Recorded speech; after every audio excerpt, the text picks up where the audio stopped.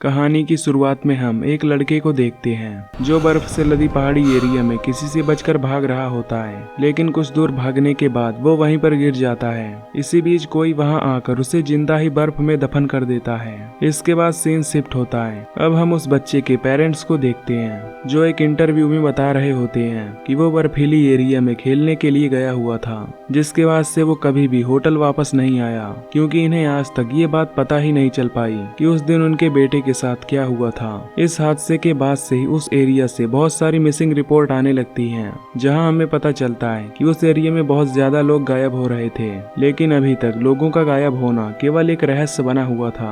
अब अगले सीन में हम एक गाड़ी को रोड पर चलते हुए देखते हैं जो उसी एरिया की तरफ जा रहा होता है। उस गाड़ी में 5 लोग बैठे हुए होते हैं जो आपस में फ्रेंड्स थे।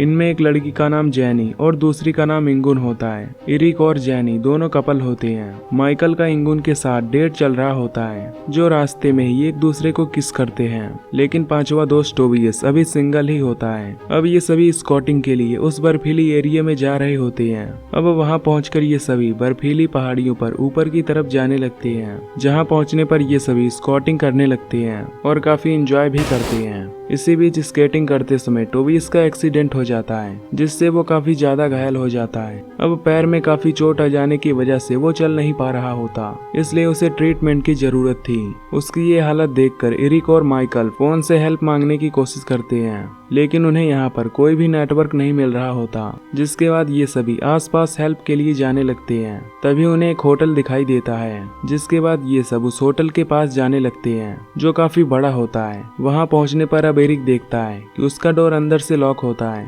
इसलिए वो विंडो के कांच को तोड़कर अंदर जाने की कोशिश करता है और अंदर जाकर उस डोर को ओपन करता है, जिससे सभी लोग होटल के अंदर आ जाते हैं। अब अंदर जाने के बाद ये सब सबसे पहले एड बॉक्स को ढूंढते हैं ताकि टोबियस का ट्रीटमेंट हो सके, लेकिन उन्हें वहाँ पर कोई भी एड बॉक्स नहीं मिलता, पर बहुत सारा अल्कोहल मिल जाता है। जिसके बाद जेनी उस अल्कोहल से उसका घाव साफ करके पट्टी बांध देती है और साथ ही उसे एक मेडिसिन भी दे देती है ताकि उसे कुछ राहत मिल सके।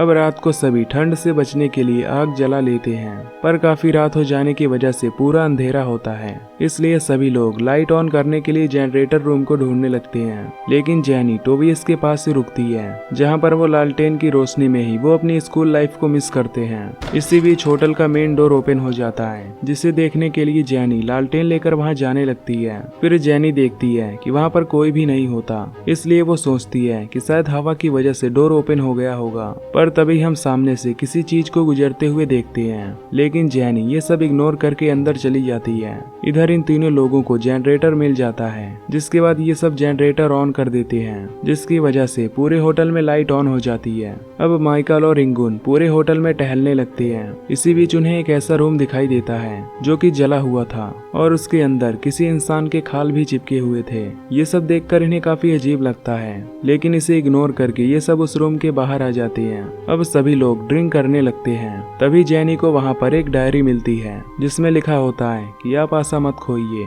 क्योंकि आपको आपका बेटा जरूर मिलेगा। इसी के साथ उसमें एक फोटो भी अटैच होती है, जिसमें हम उसी फैमिली को देखते हैं जो मूवी की शुरुआत में अपने खोए हुए बेटे का इंटरव्यू दे रहे थे। वहाँ पर मौजूद सभी चीजें काफी पुरानी होती हैं, लेकिन उनमें से कोई भी इस चीज को सीरियसली नहीं लेता और सभी अपनी ही मस्ती में गुम रहते हैं। साथ ही हमें कुछ अजीब सी आवाजें भी सुनाई देती हैं, लेकिन ये लोग इसे भी इग्नोर कर देते हैं। अब रात काफी हो जाती है, इसलिए सभी रेस्ट करने के लिए रेडी हो जाते हैं।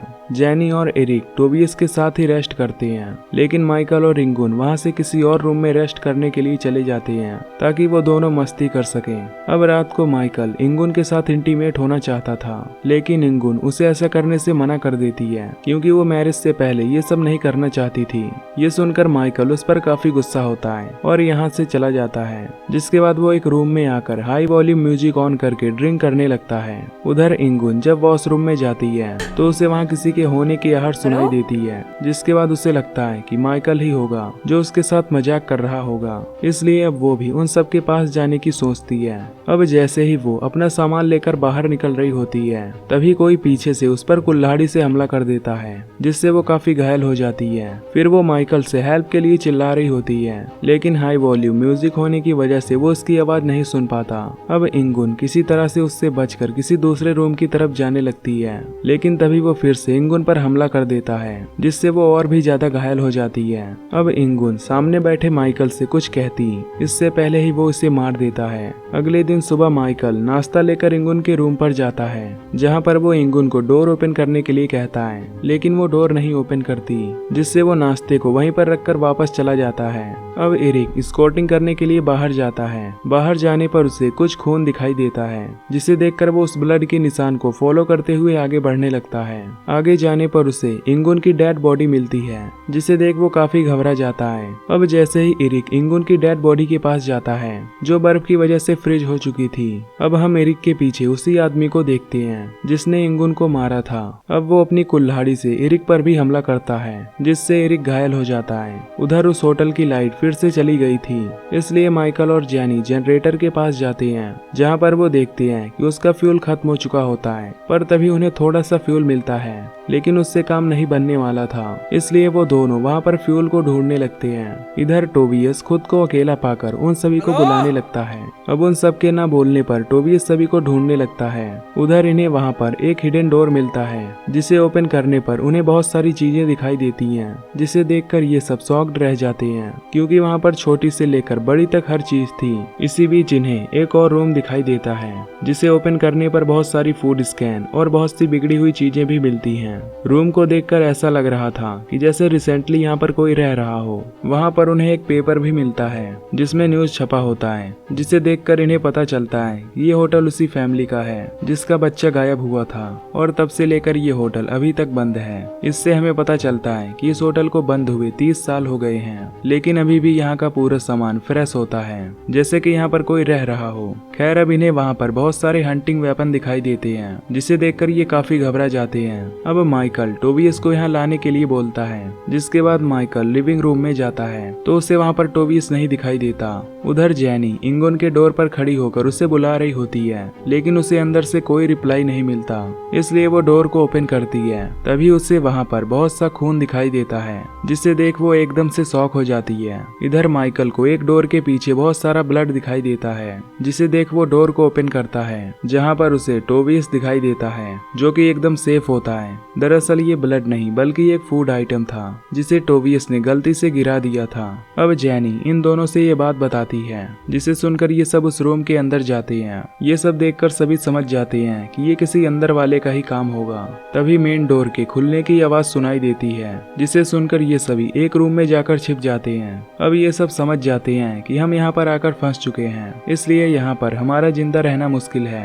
जेनी माइकल से कहती है कि हमें एरिक और इंगुन को ढूंढना चाहिए, क्योंकि उनके जान को खतरा हो सकता है। अब माइकल एक दूसरे रूम से उन्हें ढूंढने के लिए बाहर जाता है। माइकल उन्हें ढूंढ रहा होता है कि तभी कोई इस पर कुल्हाड़ी से हमला करता है, लेकिन वो सेफली बच जाता है, जिसे देखकर वो यहाँ से भागने लगता है और किसी तरह उससे बचकर होटल से बाहर आता है। जिसके बाद वो होटल के छत पर चढ़ जाता है, जिससे वो आदमी इसे नहीं पकड़ पाता और वापस से होटल के अंदर चला जाता है। जिसके बाद वो किसी तरह बचकर वापस से उसी रूम में चला आता है। इसके बाद ये सभी डोर के पास बैठ जाते हैं। तभी वो आदमी डोर को खटखटाने लगता है, जिससे ये सभी काफी डर जाते हैं। अब माइकल इन सबको विंडो से बाहर कूदने के लिए बोलता है, लेकिन ये सब उसकी बात नहीं मानते। लेकिन माइकल विंडो से बाहर कूदकर सामने वाले केबिन की तरफ भागता है, मगर बीच में लगे ट्रैप में उसका पैर फंस जाता है, जिससे उसे काफी दर्द होने लगता है। अब दर्द की वजह से माइकल काफी चिल्ला रहा होता है। इसी बीच वो खूनी यहाँ आकर उसे जान से मार देता है। इधर विंडो से ये दोनों ये सब देखकर काफी ज्यादा डर जाते हैं। अब जेनी भी यहाँ मरने का इंतजार नहीं कर सकती थी, इसलिए वो टोबियस को किचन रूम में छोड़कर यहाँ से बाहर निकलने का रास्ता ढूंढने लगती है। पर इसी बीच टोबियस जेनी से अपने दिल की बात बोलता है, लेकिन जेनी अभी भी एरिक से ही प्यार करती थी, इसलिए वो उसे मना कर देती है। लेकिन जेनी फिर भी टोबियस को बचाने की कोशिश करती है, इसलिए वो बाहर जाती है। जब वो डोर के पास होती है तो वो देखती है कि वो खूनी माइकल की डेड बॉडी को खींचता हुआ ले जा रहा होता है। अब ये देखकर जैनी उस केबिन में जाती है जहाँ पर उसे एक टॉर्च और गन मिल जाती है, जिसे देखकर वो काफी खुश होती है क्योंकि उनके बचने का केवल यही रास्ता था। खैर अब वो उस गन में गोली भरकर टोबियस के पास जाती है जहाँ पर ये दोनों उस गन और टॉर्च को लेकर जनरेटर रूम में जाते हैं, जिसके बाद ये जनरेटर को बंद कर देते हैं ताकि पूरे होटल में अंधेरा हो जाए। अब जैनी टॉर्च और गन लेकर धीरे धीरे आगे बढ़ने लगती है। तभी वहाँ पर उसे 2 डेड बॉडीज दिखाई देती हैं जो कि इन्हीं के फ्रेंड की होती हैं, पर तभी कोई उसका पैर पकड़ लेता है जिससे वो डर जाती है। दरअसल ये कोई और नहीं बल्कि इरिक होता है। जैनी इरिक को यहाँ से चलने के लिए बोलती है, लेकिन वो काफी घायल हो चुका था इसलिए वो चल नहीं सकता था। इस पर जैनी उसे चुपचाप वहीं रहने के लिए बोलती है। तभी टोबियस बताता है कि वो खूनी इनकी तरफ आ रहा है। दरअसल जैनी उसे रूम में बंद करना चाहती थी और प्लान के मुताबिक वो रूम में लॉक हो जाता है, लेकिन उसी रूम में इरिक भी होता है जो अभी जिंदा है। इसलिए जैनी गन को लेकर डोर को ओपन करती है, लेकिन वो खूनी इरिक को एक ढाल की तरह यूज कर रहा होता है। अब जैनी के गन में केवल एक ही गोली होती है, इसलिए उसे सोच समझ के निशाना लगाना होता है। इसी बीच जब जैनी शूट करती है तो टोबियस उसे धक्का दे देता है ताकि गोली इरिक को ना लगे, लेकिन गोली चलने से वो खूनी इरिक को मार देता है। टोबियस ये देखकर जैनी को यहाँ से भगा देता है और जिसके बाद वो उस खूनी को गन पॉइंट पर ले लेता है, लेकिन तभी वो खूनी टोबियस को मार देता है जैसे कि उसे सब कुछ पता हो कि वो गन खाली है। वहीं दूसरी तरफ जैनी स्केटिंग करके भागने लगती है, लेकिन अंधेरा काफी होने की वजह से वो ज्यादा दूर तक नहीं भाग पाती, जिसके बाद वो खूनी उस पर भी हमला कर देता है। अब नेक्स्ट मॉर्निंग हम देखते हैं कि जैनी अभी जिंदा होती है। वो खूनी इन सबको मरा हुआ समझकर कहीं ले जा रहा होता है। तभी जैनी देखती है कि आगे एक गड्ढा होता है जिनमें एक एक करके वो खूनी डेड बॉडी को फेंकने लगता है। इसी बीच जैनी को इरिक की जेब में एक चाकू मिलता है जिसे लेकर वो उस खूनी पर हमला कर देती है, मगर वो खूनी जैनी पर कुल्हाड़ी से हमला करता है जिससे वो नीचे गिर जाती है। पर तभी जैनी उसके सनग्लास को निकाल देती है जिससे एक समय के लिए उसे कुछ भी दिखाई नहीं देता, जिसके बाद जैनी उस पर कुल्हाड़ी से वार करके उसे मार देती है जिससे वो वहीं पर मर जाता है। अब जैनी उसे भी उस गड्ढे में दफना देती है।